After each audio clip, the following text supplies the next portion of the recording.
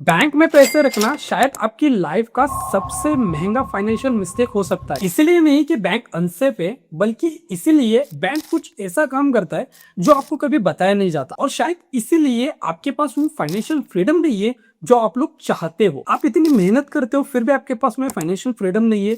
और फिर आप लोग सोसाइटी में देखते हो कुछ ऐसे भी लोग हैं जो बहुत कम मेहनत करते फिर भी वो लोग घूमते हैं, खुश होते हैं, उनके पास पैसा आता रहता है, क्योंकि उन्होंने वो डिसीजन नहीं लिया जो आपने एक साल पहले लिया था। एक ऐसा डिसीजन जो हर सैलरीड पर्सन हर मंथ लेता है, उसको पता भी नहीं चलता कि वो डिसीजन उसकी फाइनेंशियल लाइफ को डिस्ट्रॉय कर रहा है। इस वीडियो में कुछ फालतू की बात नहीं होगी। मैंने घंटों लगा के पॉडकास्ट, वीडियोस, रिसर्च किया है कि अमीर लोग अमीर किस तरीके से बनते हैं। जितना मैंने सीखा है उसका निचोड़ आपको इस वीडियो में मैं देने वाला हूँ। देखो, मैं अभी आपको इन डिटेल में सब कुछ समझाता हूँ। जैसे यहाँ पे जो आपको अभी ग्राफ दिख रहा है, जैसे कि ये वाला जो आपको ग्राफ दिख रहा है, ये है पुअर पीपल का ग्राफ, मतलब गरीब लोगों का ग्राफ। या तो उनका ग्राफ इस तरीके से हो सकता है, या फिर उनका ग्राफ हो सकता है इस तरीके से। अब ये क्या समझा रहा हूं मैं आपको, जैसे आगे हम लोग जाएंगे तो मैं आपको बता दूंगा, ठीक है।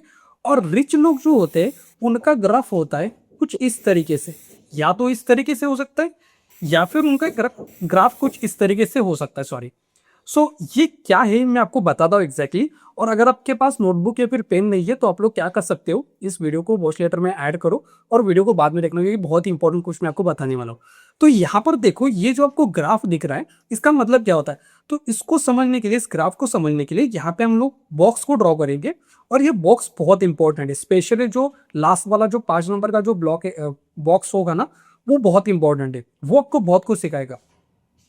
तो यहाँ पे जो फर्स्ट बॉक्स है, फर्स्ट, सेकेंड, थर्ड, फोर्थ, और ये जो लास्ट वाला है ये बहुत इंपॉर्टेंट है। तो मैं इसको रेड में करता हूँ। तो ये जो लास्ट वाला आपको दिख रहा है ना, ये बहुत इंपॉर्टेंट है, तो इसको भूलना मत, क्योंकि यही जो लास्ट वाला है ना, यही गेम चेंजर होगा। यही डिसाइड करता है कि आप लोग गरीब रहोगे या फिर अमीर रहोगे। तो देखो, पहला जो बॉक्स है वो है इनकम। पहला बॉक्स है इनकम का, दूसरा बॉक्स है एक्सपेंस का। अब मैं जो ग्राफ मैंने ड्रॉ किया था ना, उसका मीनिंग भी मैं आपको बताने वाला हूँ, ठीक है। देन एसेट्स, देन आपकी जो लाइबिलिटीज होंगी। हो सकता है आपने इससे पहले एसेट लाइबिलिटी के बारे में सुना होगा, लेकिन इस पैटर्न को समझो जो पुअर लोग करते हैं। अब पुअर लोगों की मेंटेलिटी किस तरीके से होती है मैं बताता हूँ। देखो, पुअर कोई सैलरी से डिसाइड नहीं होता कि कोई 10,000 कमा रहा है तो वो गरीब है। अगर उसकी सोच बड़ी होगी तो आज नहीं तो कल वो भी एक मिलियनर बन सकता है, क्योंकि जो मिलियनर बना है या फिर जो कोई सक्सेसफुल बना है वो भी कभी जीरो पे ही था। जो मिडिल क्लास लोग होते हैं उनकी सैलरी, मतलब उनकी जो इनकम होती है, वो ज्यादातर कहाँ से होती है, जॉब के थ्रू होती है। जॉब के थ्रू जब उनका पैसा आता है, मतलब कि इनकम आती है, तो वो कहाँ पे जाती है, जो मैंने लास्ट यहाँ पे ब्लॉक बॉक्स रखा है ना, उसको बोलते हैं कैश फ्लो। ये बहुत इंपॉर्टेंट है। अब आप लोग 10,000 कमाओ या फिर 10 लाख कमाओ या फिर 1 करोड़ कमाओ, अगर आपने इसको नहीं समझा तो आपकी सैलरी अगर 2 टाइम्स या फिर 10x भी हो जाएगी, तब भी आप लोग वहीं पे रहोगे जहां पे पहले थे, क्योंकि आपने इसको नहीं समझा। अब देखो, इसका क्या मीनिंग होता है। जैसे जब भी जॉब के थ्रू आपको पैसे मिलते हैं, मतलब सैलरी मिलती है, तो जो इनकम होती है वो कहाँ पे जाती है, तो इनकम जा रही है एक्सपेंस में, और वहां से पैसा वो आउट हो रहा है। पैसा जा कहाँ पे रहा है ना, ये बहुत इंपॉर्टेंट है, उस पैसे को पकड़ना है हमें। या फिर कहाँ पे जा सकता है, या तो अपनी इनकम की और जाएगा वो लाइबिलिटी में, और लाइबिलिटी से वो आउट हो जाएगा पैसा। मतलब जो आपका पैसा गया ना, वो किसी के लिए इनकम हो सकती है। तो हमें बस वो समझना है कि पैसा जा कहाँ पे रहा है और उसको मैनेज कर लाना चाहिए। तो यहाँ पे देखो, मैंने आपको क्या कहा कि इनकम आपकी कितनी भी हो, अगर 10,000 भी है, 20,000 भी है, डजेंट मैटर। लेकिन यहाँ पे अगर आपका ग्राफ ये है कि अगर आप लोग 50,000 कमा रहे हो, 1 लाख कमा रहे हो, एग्जाम्पल समझ लेती है, अगर कोई 50,000 कमा रहा है, तो अगर उसकी इनकम होती है और डायरेक्टली एक्सपेंस के थ्रू अगर बाहर जा रहा है पैसा, इसका मतलब क्या है कि उसके हाथ में कुछ भी नहीं है। लेकिन रिच लोग कुछ उल्टा करते हैं। देखो, मैं आपको समझाता हूँ। रिच लोग क्या करते हैं, जैसे कि उनका इनकम मान लो अभी उनका बिजनेस से आता है। अब देखो, उनका इनकम कैसे आएगा, बिजनेस के थ्रू आएगा। अब बिजनेस, अगर आप लोग, आपका बिजनेस नहीं है तो आप लोग सैलरी के अकॉर्डिंग उसको समझ सकते हो, क्योंकि पैटर्न को आप लोग उस तरीके से भी फॉलो कर सकते हो। जैसे कोई अगर किसी को बिजनेस से अगर इनकम आ रही है, तो वो बंदा क्या करता है कि उसकी जब इनकम होती है तो वो जाती है एसेट्स में, ना कि लाइबिलिटी में, ना कि एक्सपेंस में। लेकिन ये जो हम किस तरीके से कर रहे हैं कि हमने, हमारे पैसे आए, हमने एक तो हमने एक्सपेंस को बाय किया, मतलब खर्चा उड़ा दिया पैसे को, या फिर लाइबिलिटी को बाय किया। लेकिन वो बंदा क्या करता है, इनकम होने पैसा आने के बाद जाता है डायरेक्टली एसेट्स में, और एसिड का पैसा जो फिर से, क्योंकि अगर कहीं पे इन्वेस्ट किया है तो उसको पैसा भी मिलेगा, फिर से वो पैसा लौट के जाता है उसकी इनकम में, मतलब उसी के पॉकेट में जा रहा है। और इसी वजह से अमीर लोग अमीर बनते जाते हैं और गरीब लोग गरीब बनते जाते हैं। शूज बाय किए, एग्जाम्पल बता रहा हूँ, ठीक है, मैंने शूज बाय किए एक्सपेंसिव बहुत, मान लो 10,000 के शूज है, 10,000 के शूज मैंने बाय की, तो अभी वो मेरे लिए एसेट तो नहीं है ना, लाइबिलिटी है। अगर मैंने 10,000 के शूज बाय किए, मतलब मैंने क्या बाय किया है, लाइबिलिटी को मैंने बाय किया है, मतलब मेरा पैसा गया। अब ये पैसा गया, वो मिला किसको, जो भी ओनर होगा कंपनी का, या फिर जो भी वहां पे शॉपकीपर होगा, उसको वो पैसे मिले, तो उसके लिए वो एसिड है, वो शूज उसके लिए एसिड है, लेकिन मेरे लिए वो लाइबिलिटी है। तो सेम चीज किसी के लिए एसिड हो सकती है और वही सेम चीज किसी के लिए लाइबिलिटी भी हो सकती है। अब मैं आपको आगे एसेट्स भी बताऊंगा, मैं आपको प्रैक्टिकल एसेट्स बताऊंगा। देखो, वो नहीं बताऊंगा कि रियल स्टेट प्रॉपर्टी को बाय करेंगे तो वहां से भी पैसा आ सकता है। आपको पता है प्रैक्टिकली ज्यादातर लोगों के पास इतने पैसे होते नहीं है कि जाके वो किसी प्रॉपर्टी को बाय करे, होते हैं लेकिन कम लोग होते हैं। मैं आपको प्रैक्टिकली भी ऐसे कुछ एसेट्स बताऊंगा जहां पे आप लोग इन्वेस्ट कर सकते हो। अगर आपकी सैलरी 10,000, 15,000, 20,000 भी है, तब भी आप लोग इजीली इन्वेस्ट कर सकते हो। और अगर आपकी सैलरी ज्यादा है तो आपके लिए तो मतलब बेस्ट ही है। तो यहां तक हमने क्या समझा कि अमीर लोगों का जो मेथड होता है वो डायरेक्टली इस तरीके से होता है, डायरेक्ट एक स्ट्रेट लाइन आएगी, मतलब इनकम से डायरेक्टली एसेट में जाएगा, और एसेट से जो भी प्रॉफिट वगैरह होगा वो फिर से इनकम में चला जाएगा, या फिर जो भी उनको लेना होगा वो प्रॉफिट के पैसे से लेंगे। देखो, एक बंदा है जो अपनी खुद की कमाई से ले रहा है, और एक बंदा वो है जिसने पैसे को काम पे लगाया, पैसे से पैसा बना, और उस पैसे से जो भी उसको चाहिए उसने खरीदा। इसकी वजह से उसका पैसा कभी खत्म होगा ही नहीं। और यहां तक अगर वीडियो को देख रहे हो ना, तो मैं आपको गारंटी देता हूँ आज नहीं तो कल आपके पास में फाइनेंशियल फ्रीडम होगा, कि आपके अंदर वो भूख है कुछ सीखने की। तो मुझे आपके ऊपर भरोसा है कि आज नहीं तो कल आप लोग सक्सेसफुल जरूर बनोगे। तो यहाँ तक क्लियर हो गया होगा कि ग्राफ मैंने आपको समझा दिए कि पैसा आता कहां से। एग्जाम्पल अभी समझ लेते कि कोई बंदा है वो 20,000 कमाता है।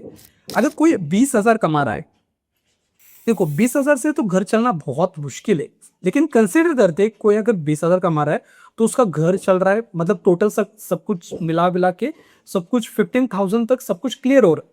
मतलब उसके पास बच रहे 5,000, किसी भी कुछ भी करके वो 5,000 मतलब बचा रहा। आप वो 5,000 को क्या करेगा, एक तो हो सकता है कि लाइबिलिटी को बाय करे या फिर एसेट्स को बाय करे। तो अगर उसको पैसे को काम पे लगाना है तो वो पैसा जाएगा हमारे एसिड में, ना कि लाइबिलिटी में, क्योंकि वो अभी अब एसिड, अब मैं आपको आगे बताऊंगा, ठीक है, अभी उसको क्लियर नहीं करते, आगे पॉइंट आएगा ना तब मैं आपको क्लियर करूंगा। तो फिलहाल के लिए यहाँ पे इतना समझ लेते हैं। तो इतना समझो कि रिच लोग इस पैटर्न को फॉलो करते हैं और पुअर लोग इस पैटर्न को फॉलो करते हैं। अब यहाँ से बहुत इंपॉर्टेंट लर्निंग स्टार्ट होने वाली है, तो ध्यान से समझना। अब देखो, ये तो आपको पता होगा, जैसे कि ये तो आपने कहीं ना कहीं तो सुना होगा, जैसे कि EBSI, ठीक है, ये आपने कहीं ना कहीं तो सुना होगा। अब इसका मतलब आपको पता होगा, लेकिन इसके आगे का जो बताऊंगा ना वो समझो, क्योंकि माइंडसेट में आपको सिखा रहा हूँ कि ई फॉर, आपको पता है, E for employ, S for self employed person, जैसे कि डॉक्टर वगैरह हो गया, फिर जो दुकानदार वगैरह है ना वो, बी फॉर बिजनेस ओनर, और ई फॉर इन्वेस्टर। अब यहाँ पे ध्यान से समझना, जो ये वाले जो कैटेगरी है यहाँ पे, इस साइड वाली, इनका माइंडसेट अलग होता है, और ये जो कैटेगरी इनका माइंडसेट अलग होता है। समझाता हूँ कैसे। अब ये जो कैटेगरी के लोग हैं ना, उनको दिमाग पे इस तरीके से फीड किया जाता है कि तुझे वही करना है जिसको तू पसंद करता है, ठीक है।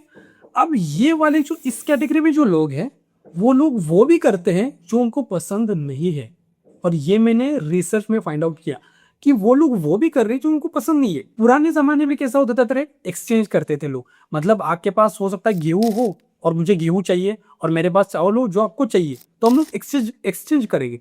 लेकिन आज के ज़माने में वैसा नहीं है। आज के ज़माने में क्या एक्सचेंज होता है, आपका जो टाइम है, जो कि बहुत इंपॉर्टेंट है, उसको एक्सचेंज किया जाता है मनी से। मतलब अगर आपके पास, अगर आपको पैसे चाहिए तो आपको क्या देना पड़ेगा, उसके बदले में टाइम देना पड़ेगा। आप देखो, समझाता हूँ, ये वाले जो लोग हैं ना, ये वाले जो लोग हैं, इनका माइंडसेट क्या होता है कि मुझे काम करना है, मतलब मैं टाइम दूंगा और मुझे पैसे मिलेंगे। अब ये जो कैटेगरी है, ये वाले लोग क्या करते हैं, ये इस साइड वाले लोग, ये लोग क्या करते हैं, पैसे देते हैं और बदले में टाइम को बाय करते हैं। इससे क्या हो जाता है, जो पर्सन काम कर रहा है, मतलब जो एम्प्लॉय है, वो अपनी फैमिली से दूर जाना पड़ता है, क्योंकि उसको 8 बजे निकलना पड़ेगा। अगर 9 बजे कंपनी अगर स्टार्ट होगी तो 5 बजे अगर छुट्टी हो रही है, 6 बजे छुट्टी हो रही है, तो उसको काम करना पड़ेगा। तो वो उस 8 घंटे में ना तो अपनी वाइफ से मिल सकता है, ना तो अपनी मम्मी से, ना तो बच्चे से। और जो ओनर होता है कंपनी का, वो अब देखते हैं कि उनकी फैमिली के साथ कहीं पे घूम रहा है, किसी फॉरेन कंट्री, दुबई में है, थाईलैंड में है। ऐसा क्यों? क्योंकि उसने टाइम को बाय किया। तो रिच लोग टाइम को बाय करते हैं, पैसे को नहीं। पुअर लोग पैसे को बाय करते हैं और वो टाइम को देते हैं। तो आज से टाइम को बचाना सीखो। अभी मैं आपको प्रैक्टिकल एसेट्स बताता हूं, जहां पे आप लोग रिसर्च कर सकते हो। देखो, इन्वेस्ट करना ना करना वो सब कुछ आपके ऊपर डिपेंड है, आपको रिसर्च करना पड़ेगा। लेकिन जो प्रैक्टिकली पॉसिबल है एसेट्स, वो मैं बताता हूँ। मान लो आप 10,000 20,000 कमाते हो, तो आप लोग जाके तो 10-20 करोड़ की तो प्रॉपर्टी ले नहीं सकते। जो मैं वीडियोस में देखता हूँ कि लोग बोलते हैं कि प्रॉपर्टी, रियल एस्टेट भी हमारे लिए एक इनकम का मतलब एसेट की तरह है। लेकिन प्रैक्टिकली देखो, हमारे पास उतने पैसे अभी नहीं है, फ्यूचर में होंगे, 100% होंगे, नो डाउट। सबके पास सब कुछ होगा जो आप लोग चाहते हो, लेकिन फिलहाल के लिए हमारे पास में उतना कैपिटल नहीं है कि हम लोग रियल एस्टेट या फिर किसी प्रॉपर्टी को बाय करें या फिर लैंड को बाय करें। तो अगर हमारी सैलरी कम है, बहुत कम है, और उसमें से बचा रहे हम लोग 10,000 20,000, तो उसको आप लोग एक तो गोल्ड में इन्वेस्ट कर सकते हो। अब गोल्ड या फिर सिल्वर, गोल्ड अब में भी बहुत सारे ऑप्शन, जैसे गोल्ड ETF है, सिल्वर ETF है, या फिर आप लोग गोल्ड का म्यूचुअल फंड बाय कर सकते हो। तो ये एक हो गया। और सबसे इंपॉर्टेंट एसेट बता दो, यहाँ पे भी पैसे लगेंगे। मतलब गोल्ड सिल्वर को, ETF को वगैरह बाय करोगे, या फिर फिजिकल गोल्ड भी बाय कर सकते हो, वहां पे पैसे लगेंगे। लेकिन एक ऐसा एसेट है ना जहाँ पे टाइम लगता है, जैसे मैं आपको बताता हूँ। अगर आपके पास में कोई भी स्किल है या फिर आपके पास में कोई नॉलेज है, आप लोग उसको ना एक डिजिटल प्रोडक्ट में कन्वर्ट करो और सेल करो। ये आपके लिए गेम चेंजर हो सकता है, क्योंकि ये भी एक एसिड ही है कि एक बार अपने कोर्स बनाया, जो भी आपके पास में नॉलेज है उसको डिजिटल प्रोडक्ट में कन्वर्ट किया। अब लाइफ टाइम तक जब तक वो कोर्स सेल होगा, तब तक आपके पास वो कमीशन आएगा, पैसा आएगा। सो आई होप आपको आज की वीडियो में बहुत कुछ सीखने को मिला होगा।